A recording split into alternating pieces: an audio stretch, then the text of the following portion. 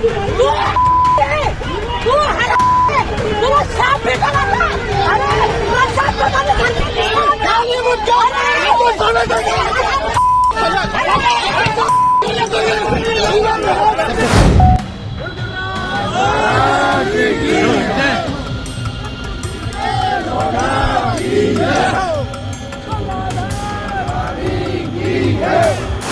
हिंदी बोलो, बहुत देर हो गई। बोलो। पाकिस्तान मुर्दाबाद। भारत माता की जय। भारत माता की जय।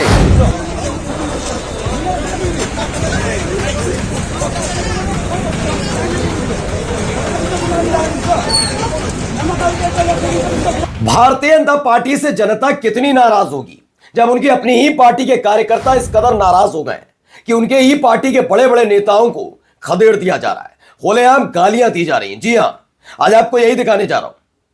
भारतीय जनता पार्टी के कार्यकर्ताओं ने उसी कार्यक्रम में एक नेताजी को धर लिया, पहले जमकर खरी खोटी सुनाई, गालियां सुनाई और फिर वो नेताजी मुंह छिपाकर गाड़ी से निकल लिए। खबर कहां की है, क्या हुआ है, वो तो आपको दिखाऊंगा ही। इसके साथ साथ आज आपको दिखाता हूं कितना आसान है। वो कहते हैं ना, कटेंगे और बटेंगे तो कटेंगे, और ये सारी बातें, ये सारी लफाजियां हैं। मैं ये बात क्यों कह रहा हूं, क्योंकि ऐसे लोग भी हैं जो जानते हैं कि कैसे एकता को तोड़ना है। ये हिंदू राष्ट्र बनाने का दावा करने वाले, जरा उनके लिए खबर लेकर आया हूं। कहा यह जा रहा है, दलितों को, जाटव और ओबीसी को यादवों के खिलाफ भड़का दो बस, उसके बाद इनकी एकता टूट जाएगी और ये आपस में लड़ते रह जाएंगे। और ये किसी छोटे मोटे आदमी ने नहीं कहा है, जिस पर इंसान पर इंसाफ दिलाने का दारोमदार था एक वक्त में, वो ये करते हैं। और तो और मुख्यमंत्री साहब का अथा आस्था आपको दिखाऊंगा, लेकिन अभी कोई सवाल नहीं पूछेगा कि उन्होंने कैसे सनातन का मजाक उड़ा दिया। उनसे कोई सवाल मत पूछिएगा, क्योंकि इनको हक है। जी हां, बीजेपी के नेता है ना, तो उनको हक है, कुछ भी वो करें, बस दूसरों को नहीं करना है। और तो और बुरके पर खिल्ली उड़ाना भारी पड़ गया। एक स्कूल, एक कॉलेज पर अब नाक रगड़कर माफी मांगनी पड़ी है। कहां का मामला है वो भी दिखाता हूं, और कई और महत्वपूर्ण खबरें भी, वो भी आपको दिखाता हूं। नमस्कार, मैं हूं प्रज्वल गौतम और आप देख रहे हैं the live TV. The live TV, सच सबसे आगे। सबसे पहले खबर ये देखिए, यहां क्या हो रहा है, देखते चलिए।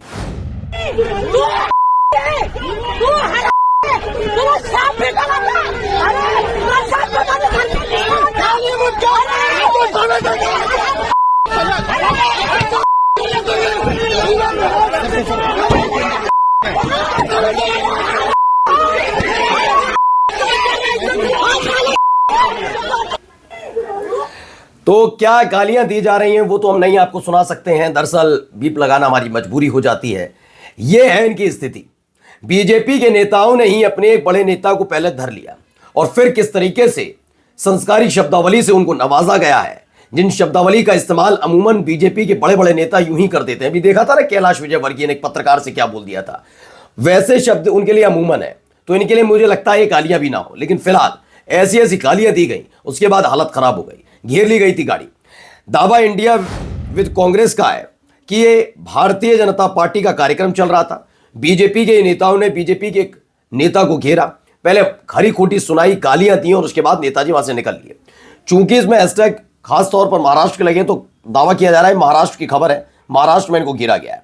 अब आते हैं दूसरी खबर, देखिए। पहले चिंता मत करिए कि आप मुसलमानों का जिक्र करते हैं, मत करिए। क्यों?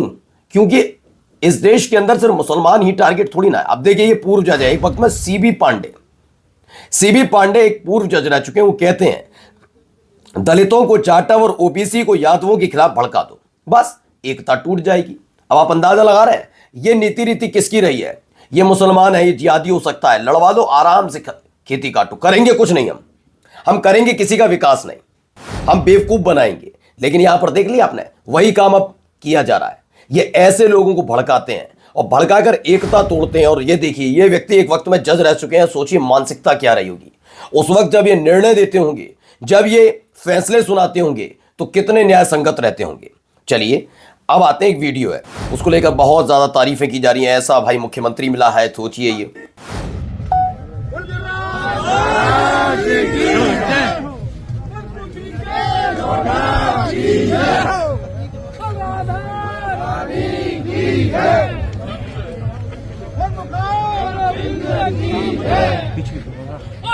मुख्यमंत्री महोदय, आप भारतीय जनता पार्टी से आते हैं। आपकी पार्टी के नेता अमूमन सनातन पर पाठ पढ़ाते हैं, हिंदुओं पर पाठ पढ़ाते हैं, बताते हैं सनातन का मतलब आप इतना नहीं समझे। आपको लगेगा आस्था तो है। जी हाँ, हमारे यहाँ किया जाता है, बिल्कुल इसे आस्था का एक प्रतीक के तौर पर माना जाए। लेकिन अब एक सवाल पूछ लूं, ये कैसी आस्था है कि जूते पहनकर आप ये काम कर रहे हैं? अगर आप जूते पहनकर अगर राहुल गांधी कहीं नजर आ जाए, अखिलेश यादव नजर आ जाए कहीं, तो आपकी पूरी पार्टी बताती है कि सनातन का अपमान, हिंदुओं का अपमान। तो क्या राजस्थान के मुख्यमंत्री ने सनातन का अपमान किया है? जूते पहनकर ये परिक्रमा कर रहे हैं आप ऐसे? ये किसने आपको बता दिया भाई? बताइए। आगे दिखाता हूं एक और खबर। आपको हमने 2 दिन पहले एक खबर दिखाई थी जिसमें हिजाब पहनकर लड़के आते हैं अचानक स्टेज पर और उस पर डांस करते हैं गाने पर, और लड़कों से वहां 2-3 लड़के जो होते हैं वो बदतमीजी भी करते हैं हिजाब पहने हुए लड़कों से। यानी मुर्के का हिजाब का मजाक उड़ाया जा रहा था, खिल्ली उड़ाई जा रही थी। इसके बाद जब इसके खिलाफ विरोध हुआ तो खबर पड़ी है अमरोहा के मेस्को पब्लिक स्कूल में हिजाब का मजाक, बुर्का पहनकर धुरंधर के विवादित गाने बनाते हुए कुछ युवकों का वीडियो वायरल हुआ। प्रिंसिपल ने माफी मांगी है इस पर, अब माफी मांगनी पड़ रही है। मैंने कहा बड़ा आसान हो जाता है। मैंने कहा कुछ नहीं करना, आपको लाइमलाइट में आने के लिए ज्यादा मशक्कत ही नहीं करनी। इन सब लोगों को पता लग चुका है, इन सबको पता है कि क्या तमाशा करना है। तमाशा करने के एवज में कोई ज्यादा परेशानी वाली बात नहीं, क्योंकि इनको भी पता है माफी पे खत्म हो जाएगी बात। हाँ, अगर यही काम कोई और धर्म के लिए कर दिया जाए, खास तौर पर हिंदुओं के लिए कर दिया जाए, हिंदू धर्म के लिए, उनके प्रतीक चिन्ह से, तो उसके बाद देखिए तमाशे। अब आप अंदाजा लगाइए कितनी नफरत करते हैं और कहते हैं नहीं अब माफी मांगनी पड़ रही है। आइए यहां पर भी देखिए एक और। बोलो जल्दी बोलो, बहुत देर हो गई। बोलो। पाकिस्तान मुर्दाबाद। भारत माता की जय। भारत माता की जय। हिंदुस्तान जिंदाबाद। अच्छा बोलो हिंदुस्तान जिंदाबाद। हिंदुस्तान। बोलो जल्दी बोलो, बहुत देर हो गई। बोलो। पाकिस्तान। तो ये इसमें है, ये उत्तर प्रदेश की खबर है कहीं से। द मुस्लिम का दावा है भारत माता की जय बोलो, हिंदुस्तान जिंदाबाद बोलो, उसने सब बोल दिया।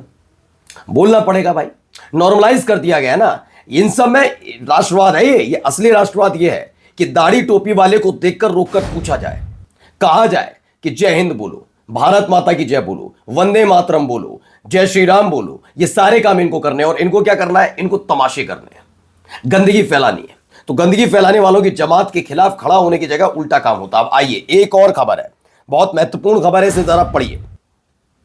गुजरात के भावनगर में रेलवे परीक्षा के दौरान एक मुस्लिम छात्रा को हिजाब पहनने के कारण बैठने से रोका गया। इलियास का दावा है। उन्होंने दावा किया कि हिजाब पहना हुआ था, इसलिए परीक्षा में बैठने नहीं दिया एक मुस्लिम छात्रा को। यह भी आरोप लगाया कि निरीक्षक जो था, जिस पर जिम्मेदारी थी परीक्षा कराने की, उसने कहा तुम्हारे जैसे लोग परीक्षा ना दें तो बेहतर है, और अभद्र भाषा का इस्तेमाल किया। जमीयत उलेमाए हिंद छात्रा के समर्थन में कलेक्टर से मिली और सीसीटीवी जांच कर जिम्मेदार अधिकारी के खिलाफ कार्रवाई की मांग की जा रही है। आप अंदाजा लगाइए, हिंदुवादी संगठन सिर्फ काम नहीं कर रहे, ये सारे के सारे। आपने वो देखा होगा चलती ट्रेन में एक सिपाही ने गोलीबारी कर दी थी, याद है वो इलाहाबाद हाई कोर्ट के जज जिन्होंने एक हिंदुवादी संगठन के कार्यक्रम में शामिल होते हैं कठमुल्ला शब्द का इस्तेमाल करते हैं। याद है योगी आदित्यनाथ का सदन में दिया गया कठमुल्ला बयान। याद है वो सांसद रमेश बिदुड़ी संसद के अंदर किस तरह की शब्दावली का इस्तेमाल किया था। ये तमाम चीजें अब आम हो गई हैं। अब आप कोई भी कैसे भी बयान दे सकता है। यह नहीं है कि वो संवैधानिक पद पर बैठा है नहीं बैठा है, उसको आराम से इस बात की छूट है। और जाते आते जरा देखिए,